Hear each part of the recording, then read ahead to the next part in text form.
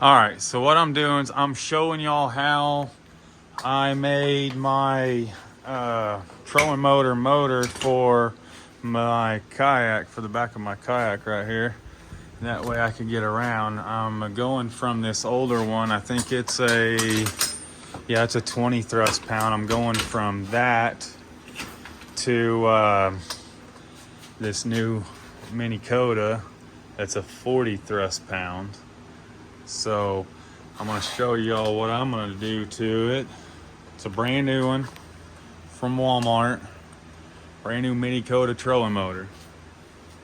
So what I first of all gotta do is I've gotta shorten the shafts. How I know you could probably order some shorter shaft ones online, but they're probably really expensive because then you start getting into custom ordered stuff.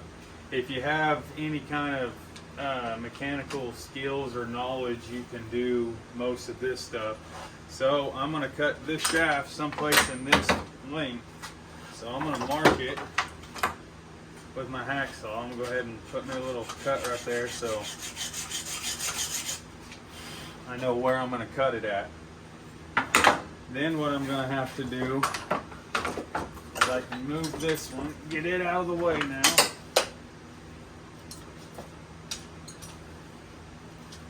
Now what I need to do is take this head apart and disconnect the wires that go down in the shaft so that way I can cut this without cutting those.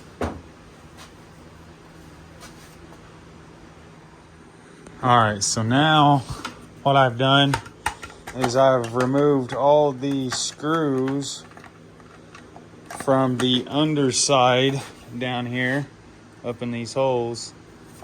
I removed all those screws. There was 6 screws total. That pulls the cover off. Hang on to the cover because you're going to want to remember some of that information. You're going to want to remember this information that's on the controller right here. Now what we're going to do is safely see how all this stuff comes out of here, because we want to remove all this out so that way we can oops, dropped the handle. That ain't good. Remember, you want to hang on to this information because you're going to need to know how many gears forward, how many gears reverse, so that way all this is going to end up in a dry box up here beside me or beside the person in the kayak. That's going to be velcroed right here. That hooks up to these wires right here that go from a battery that's up in this compartment, comes up through here, feeds the controller, runs back down through wires, comes up through this wire, hooks to the trolling motor, and then I'll have control of all the controls on the trolling motor.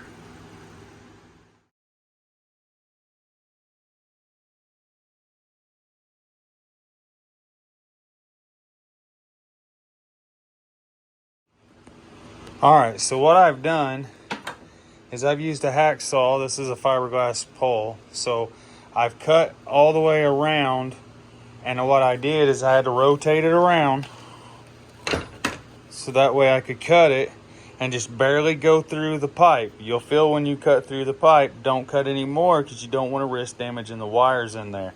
If not, you'll have to cut it a little further down and repair these wires.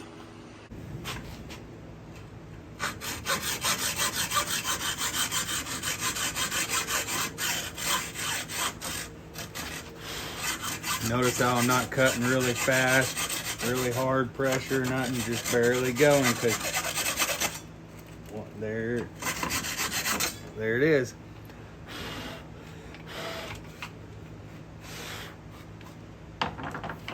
Now, as you can see, besides a little scuffing, those wires aren't damaged at all. So now I don't have to cut further down to repair wires or connect right here. I can still use a lot of these original connections.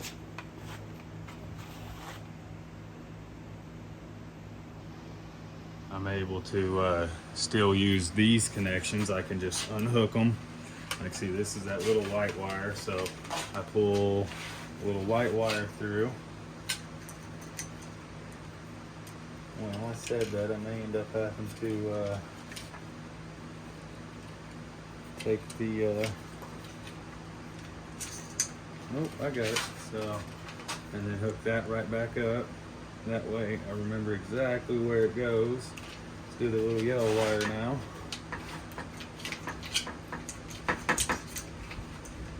Hook that right back up. Then what I'll do is do the red power wire going down. I will pull it through.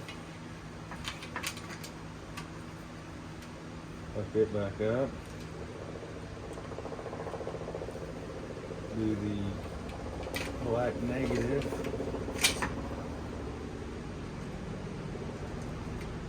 There we have it. Trolling motor that's been cut in half, or well, roughly cut in half. It's had this much cut off of it, so that way now we're getting rid of this whole assembly. We're no longer going to use this setup. So what I'll end up, we're no longer going to use this setup right here. So what I'll end up doing is I'll see about this. So I'll pull this out, because see, this is still a good control to use on this controller here. So, but yeah, there you have it. Now what we'll do is I'll figure out a PVC 90 for this end, so that way I can make it waterproof. And then I'll put all this up in a dry box up by the operator. So here's the result of using electrical tape to seal up everything, trying to make it semi sort of water resistant with electrical tape. And this is the result of when you're needing to take that tape off without damaging the wires. So it's been an interesting one for sure. Oh, here now.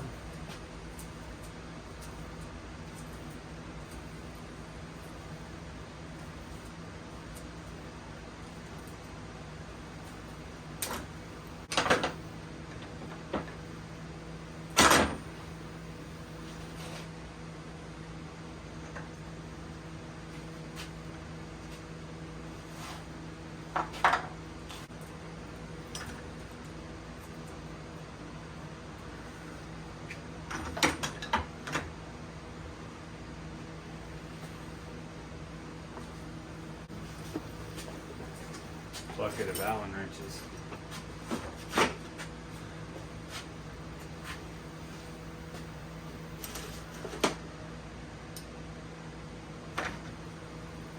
Pretty good guess. Out of,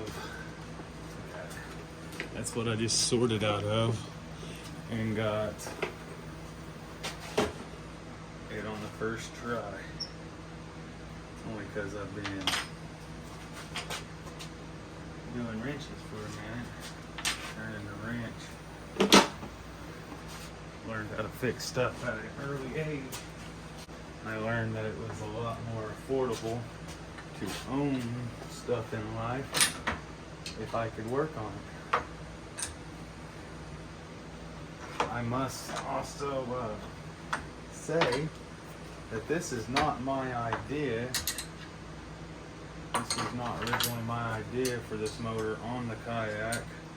Whenever I recovered the Kayak a few years ago, when I recovered it, it had a setup similar to this on there, but it had spent 6 or 8 months underwater, and so we wasn't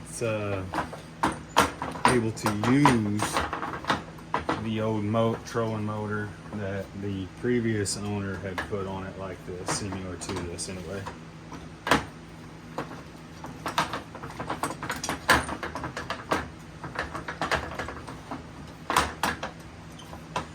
This is my steering guide.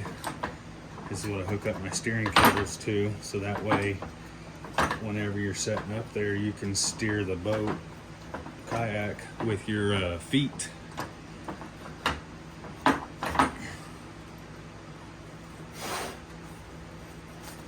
Hopefully this is the same diameter as this. That way I'll be able to use the same setup on this instead of having to come up with a new design.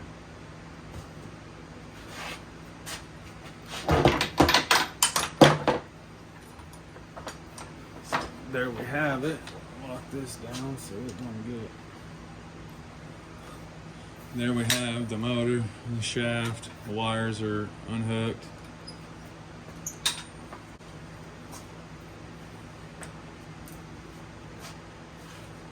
Now what I would do, let's make sure you can see this. What I'll do is I'll undo the white one.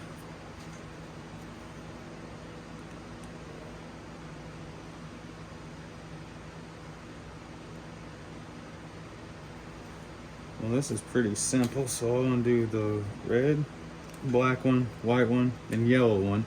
That leaves this over here.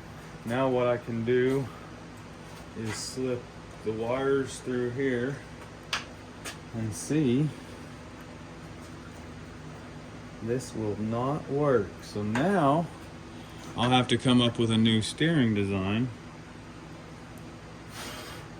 which I think is pretty easy to do.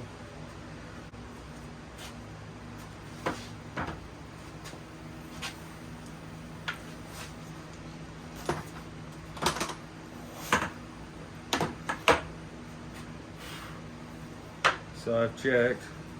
This is a 3/4 inch PVC. It's too small. This is a 1 inch and it's way too big. So I gotta figure out another idea.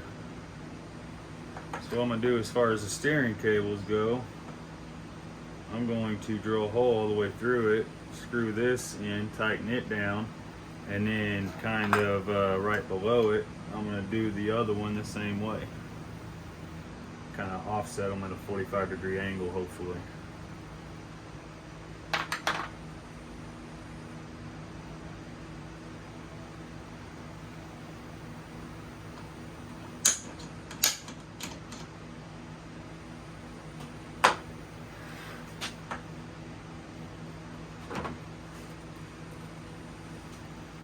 Got a file put in there so that way it'll protect the wires from the drill bit right here when I drill it.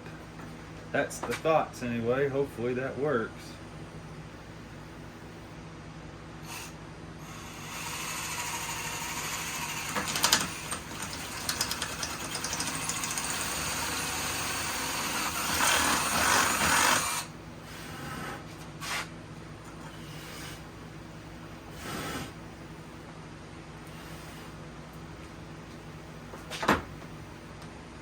Now, I need to get a drill bit the size of this.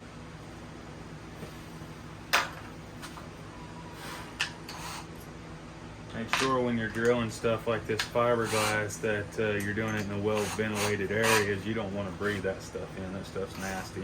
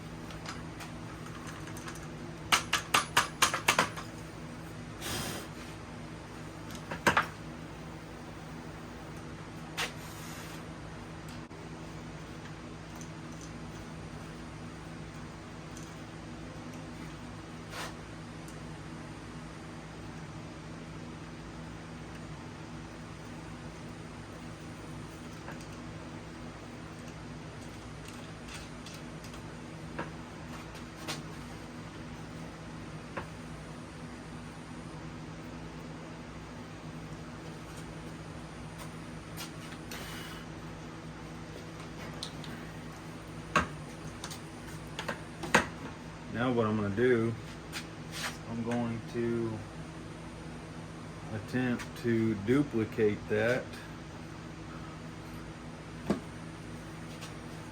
Now I'm going to slide it back up through there again.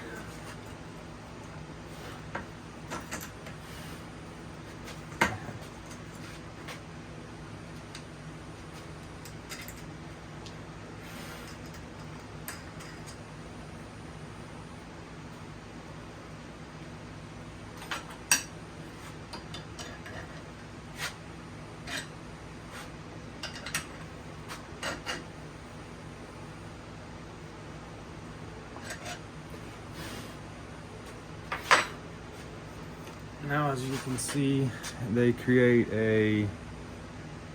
like a 45-degree angle, kind of. Hook a cable here and a cable here.